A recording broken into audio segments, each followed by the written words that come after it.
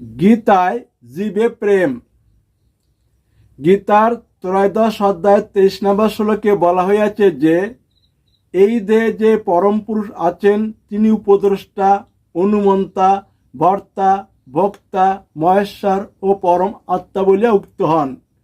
গীতার দশম অধ্যায়ের 20 নম্বর শ্লোকে বলা হয়েছে যে হে অর্জুন, সর্বভূতের হৃদয় স্থিত আত্মা অর্থাৎ প্রত্যেক চৈতন্যই আমি সর্বভূতের উৎপত্তি, স্থিতি ও সংজ্ঞার স্বরূপ অর্থাৎ সৃষ্টি, স্থিতি ও লয়কর্তা। গীতার দশম অধ্যায়ের 39 নম্বর শ্লোকে বলা হয়েছে যে হে অর্জুন, সর্বভূতের যা বিশ্বরূপ তাই আমার ব্যতীত উদ্বুদ্ধ হইতে পারে চরাচর এমন পদার্থ নাই। গীতার একাদশ অধ্যায়ের 7 নম্বর শ্লোকে বলা হয়েছে যে হে নিদ্রাজয়ী অর্জুন, আমার এই দেহে একত্রে অবস্থিত সমগ্র জগৎ তুমি দর্শন করো এবং অপর যা কিছু তুমি দেখিতে ইচ্ছা করো তাও এখন দেখিয়া লও। গীতার ষষ্ঠ অধ্যায়ের 30 নম্বর শ্লোকে বলা হয়েছে যে যিনি আমাকে সর্বভূতে অবস্থিত দেখেন এবং আমাতে সর্বভূত অবস্থিত দেখেন, আমি তার অদৃশ্য হই না, তিনিও আমার অদৃশ্য হন না।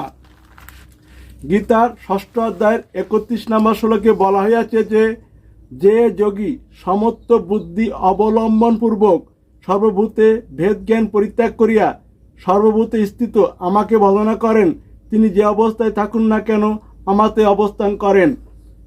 গীতার পঞ্চম অধ্যায়ের 18 নম্বর শ্লোকে বলা হয়েছে যে বিদ্যা বিনয়যুক্ত ব্রাহ্মণে, চণ্ডালে, গোহস্তি ও কুক্কুরে আত্মবিদ পণ্ডিতগণ সমদর্শী। গীতার 16 অধ্যায়ের 18 নম্বর শ্লোকে বলা হয়েছে যে সাধুগণের অসহকারী সেই সকল ব্যক্তি অহংকার, বল, দর্প, কাম ও ক্রোধের বশীভূত হইয়া স্বদেহ ও পরদেহে অবস্থিত আত্মরূপী আমাকে দেশ করিয়া থাকে। গীতার 16 অধ্যায়ের 19 নম্বর শ্লোকে বলা হয়েছে যে এইরূপ দেশ পরবশ কুরুরমতি নরাদম আশু পুরুষগণকে আমি সংসারে অর্থাৎ ব্যাঘ্র সপ্রদি আশুরিজনিতে পুনঃ নিক্ষেপ করিয়া থাকি। গীতা মাহাত্ম্যের 32 নম্বর শ্লোকে বলা হয়েছে যে গীতা অভ্যাসত ব্যক্তি প্রাপ্ত কর্মভোগের অধীনে থাকিলেও সর্বজীবের সহিত সখ্যভাব লাভ করেন, তিনি সুখী ও মুক্ত হন, কর্ম তাকে বন্ধন করিতে পারে না। গীতার নবম অধ্যায়ে 27 নম্বর শ্লোকে বলা হয়েছে যে যিনি আমাকে পত্র, পুষ্প, ফল, জল যা কিছু ভক্তিপূর্বক প্রদান করেন, আমি সেই শুদ্ধচিত্ত ভক্তের ভক্তিপূর্বক প্রদত্ত উপহার গ্রহণ করিয়া থাকি।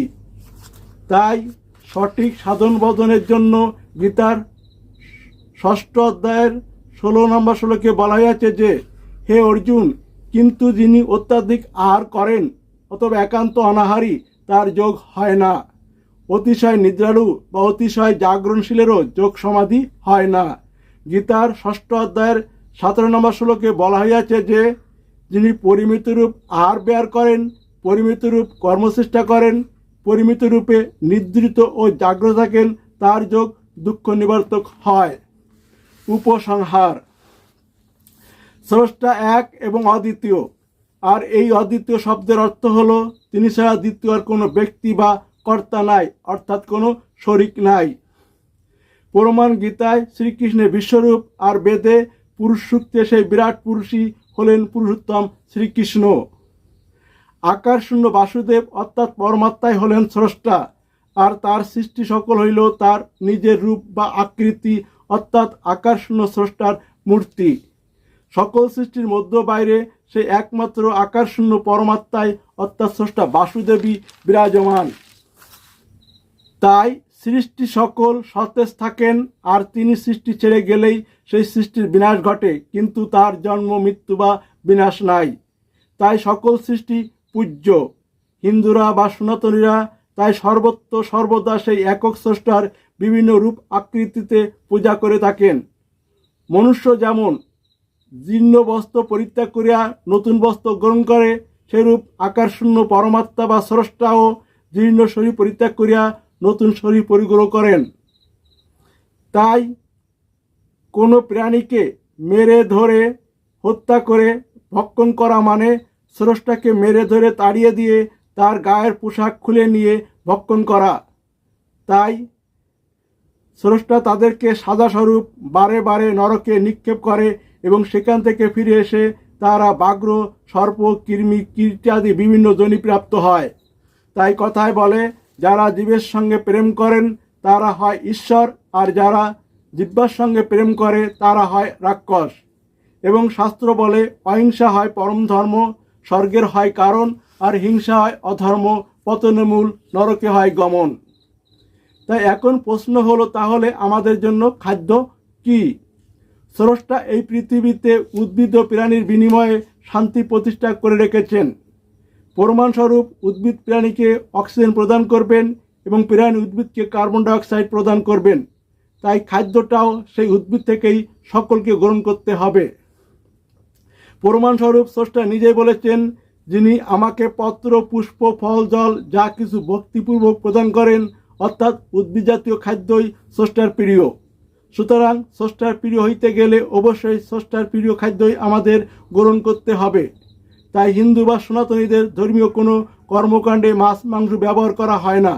তাই পৃথিবীর উপরে রক্ত ঝরানো নিষেধ। প্রতিটা দেহের মাঝে মল, মূত্র, কৃমি, কফ জমা আছে। দেহের জরাব্যাধি ও জন্ম মৃত্যু আছে। তাই দেহ হলো চিরস্থায়ী নরক, কিন্তু আত্মার জন্ম মৃত্যু নাই। তাই আত্মা হইল চিরস্থায়ী স্বর্গ। তাই সাধন ভজন হলো দেহটাকে মাসে 2 দিন কিংবা বছরে 30 দিন নয়, সারা দিন, সারা রাত, সারা মাস, সারা বছর, অর্থাৎ সারা জীবন সংযম রেখে দেহ ছেড়ে আত্মায় গিয়ে সিদ্ধি লাভ করতে হবে। এবং সিদ্ধিপ্রাপ্ত ব্যক্তিরাই আত্মা থেকে পরমাত্মা অর্থাৎ বাসুদেবে লীন হয়ে চিরস্থায়ী মুক্তি বা মোক্ষপ্রাপ্ত হবেন। কিন্তু অত্যাধিক আহার অথবা একান্ত অনাহারী এবং অতিশয় নিদ্রালু বা অতিশয় জাগরণশীলেরও যোগ সমাধি হয় না। তাই সবাইকে পরিমিত আহার বিহার, নিদ্রিত ও জাগ্রত থেকে কর্মচেষ্টা করতে হবে। তাই মাছ মাংস নয়, নিরামিষ বা শস্যদানাকে গীতার নিয়মে সাত্ত্বিকে পরিণত করে প্রতিদিন প্রয়োজনে 3 বেলাও আহার করা যাবে। বাদবাকি তত্ত্ব গীতায়। তাই স্রষ্টা শ্রীকৃষ্ণ নামে এই পৃথিবীতে অবতীর্ণ হয়ে আপনাদের গীতা প্রদান করিয়াছেন, আপনাদেরকে সৃষ্টি থেকে তুলে স্রষ্টায় পরিণত করবার জন্য। এখন আপনারা দেহ বা নরক হয়ে থাকবেন, নাকি আত্মায় বা স্বর্গে গিয়ে অবস্থান করবেন, নাকি পরমাত্মা অর্থাৎ বাসুদেবে লীন হয়ে চিরস্থায়ী মুক্তি বা মোক্ষপ্রাপ্ত হবেন, সেই চাওয়াটা আপনাদের, আর পূরণ স্রষ্টার স্বয়ং ভগবান শ্রীকৃষ্ণের।